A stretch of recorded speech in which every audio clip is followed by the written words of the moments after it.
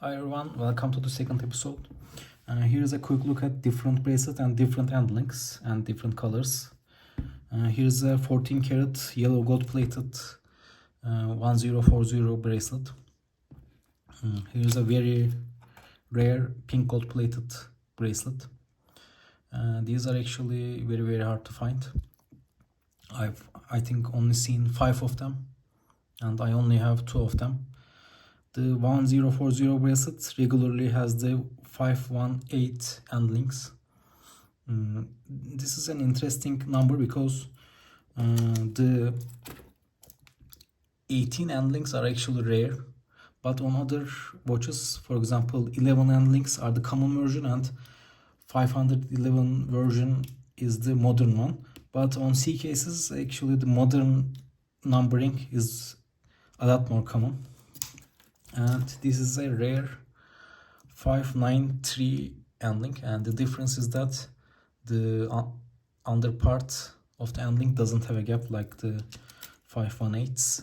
And this is actually an interesting bracelet because the North Korean leader Kim Il-sung was actually a fan of these watches, and I think he asked Omega for a more stronger end link with more presence, and this handling actually appeared with the North Korea.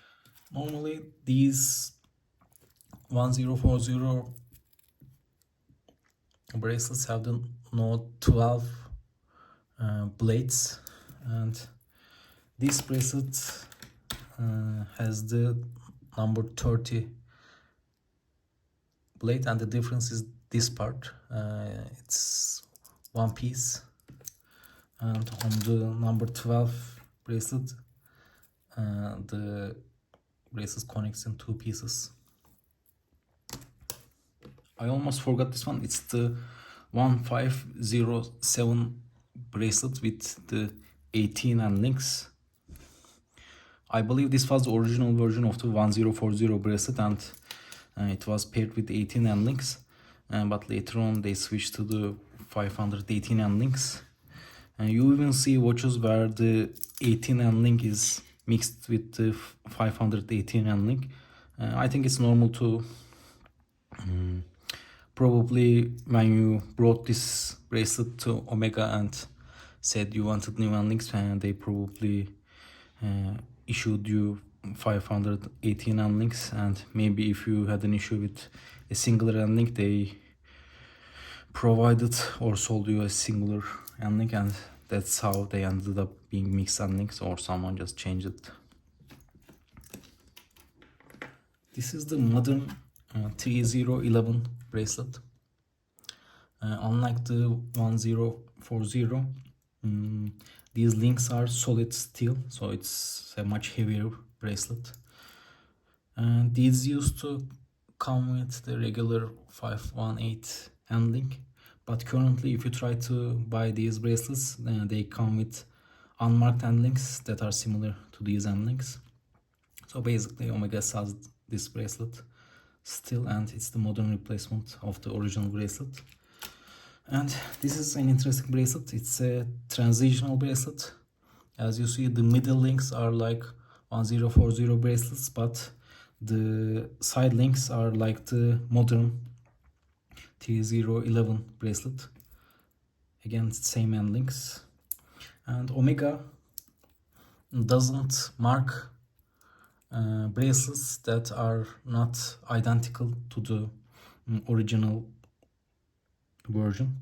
So when you see a blank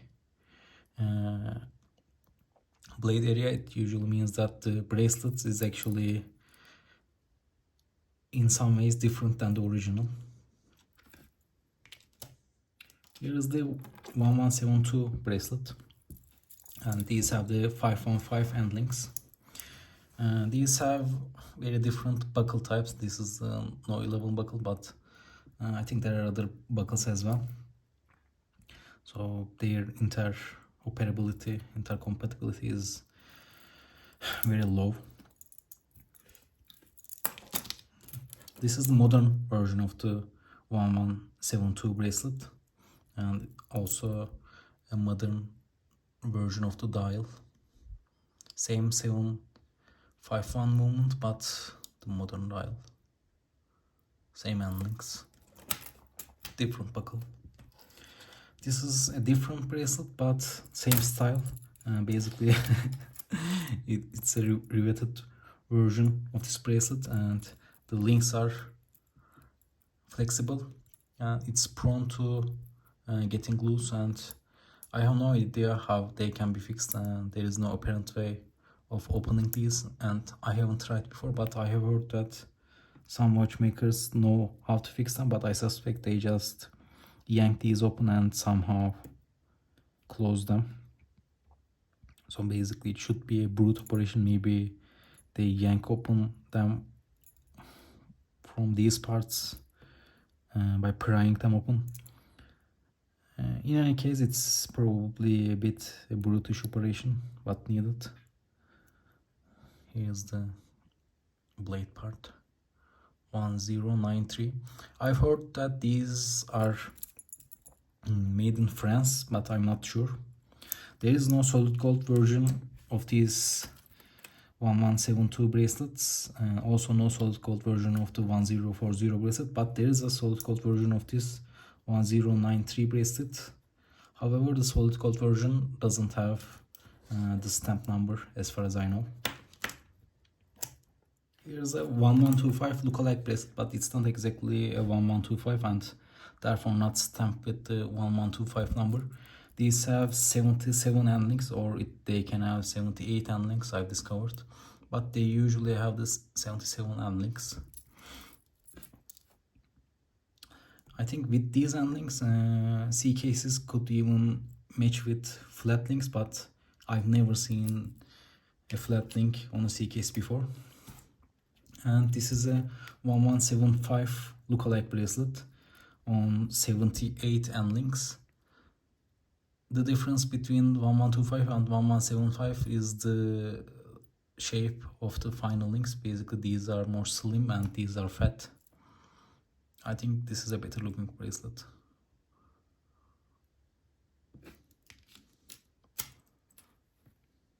Here is another interesting combination.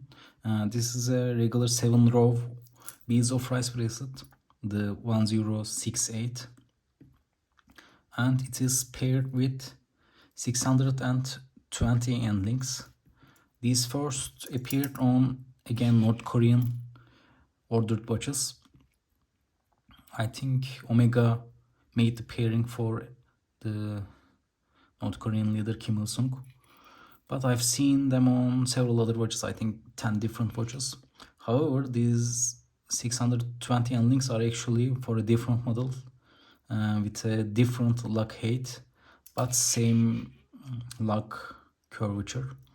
So basically it's like one of Lego's illegal moves when they were still young. Again, it's like an illegal combination, but they seem to have made it. It's my opinion that it's an official combination.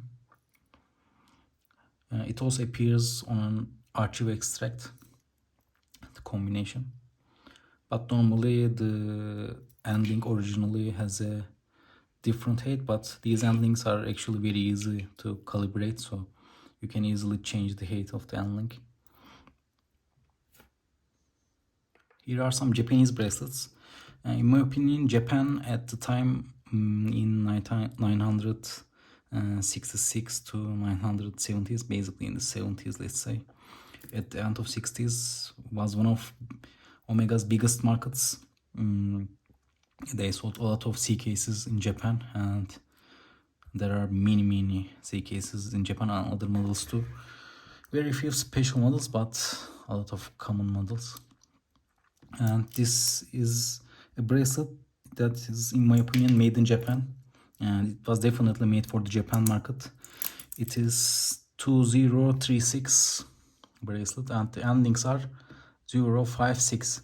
Basically, this ending numbering is actually a different numbering method. The digits are actually correspond to a specific model, and they correspond to 168.056 model, basically the newer version of the C case with the 1000 caliber movements. So basically the bracelet is made for the newer version of the watch, but just like the 3011 bracelet, it was also sold to older models, and it's commonly paired with the older original models as well. As you see, this has a 3-prong connection, and it's very similar to the modern bracelets, and it's a very hefty bracelet. And this is an interesting one. Instead of 2036, this is 2063, and this is the 4-prong version of the same bracelet. And instead of the 056 end links, these have the 056B type end links. This is actually a rare bracelet, I think, but these are very common, and they are quite commonly taught as fake end links, but they are very genuine and Japanese domestic market bracelets. I think this one has a small issue.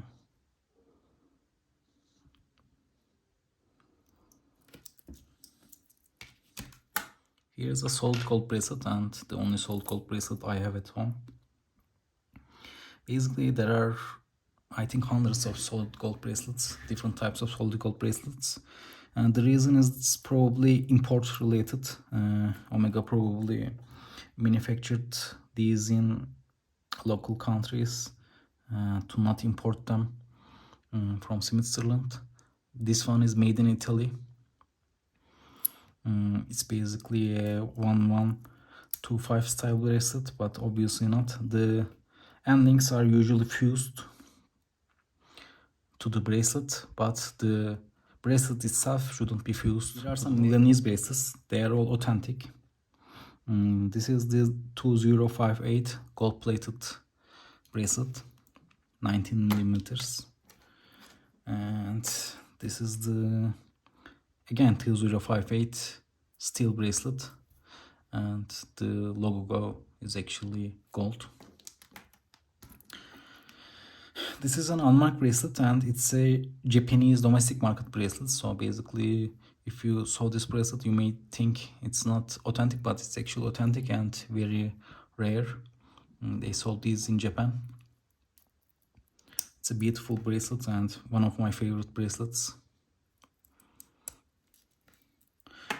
This is the most common Milanese bracelet, the 2039 bracelet.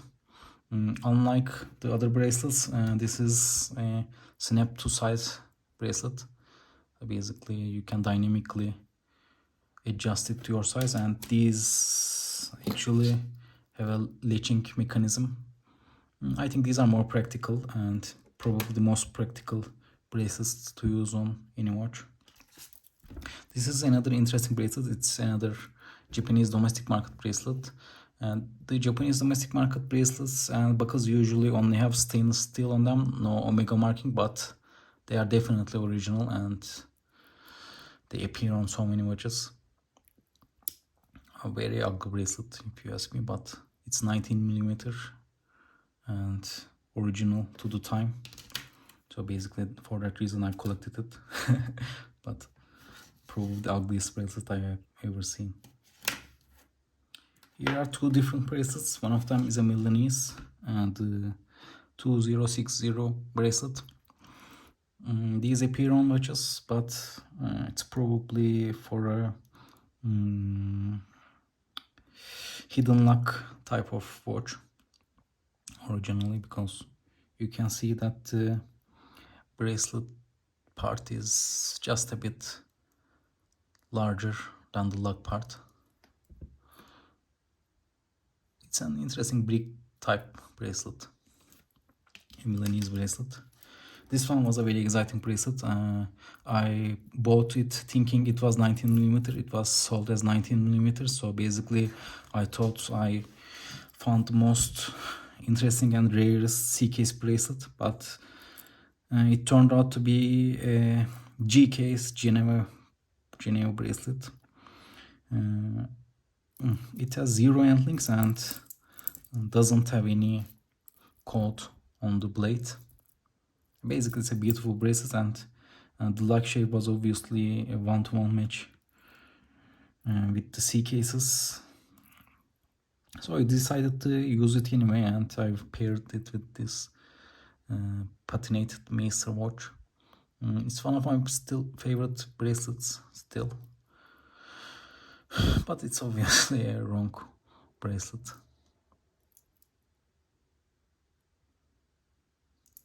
Apart from the bracelets I collected, there are many different bracelets. For example, there is a company called Holzer. They made bracelets in Mexico. I've seen very funky bracelets they made for C cases, bicolor bracelets. I recently bought a bracelet they made that is similar to the 1040 regular C case model, and basically just the buckle has a different marking.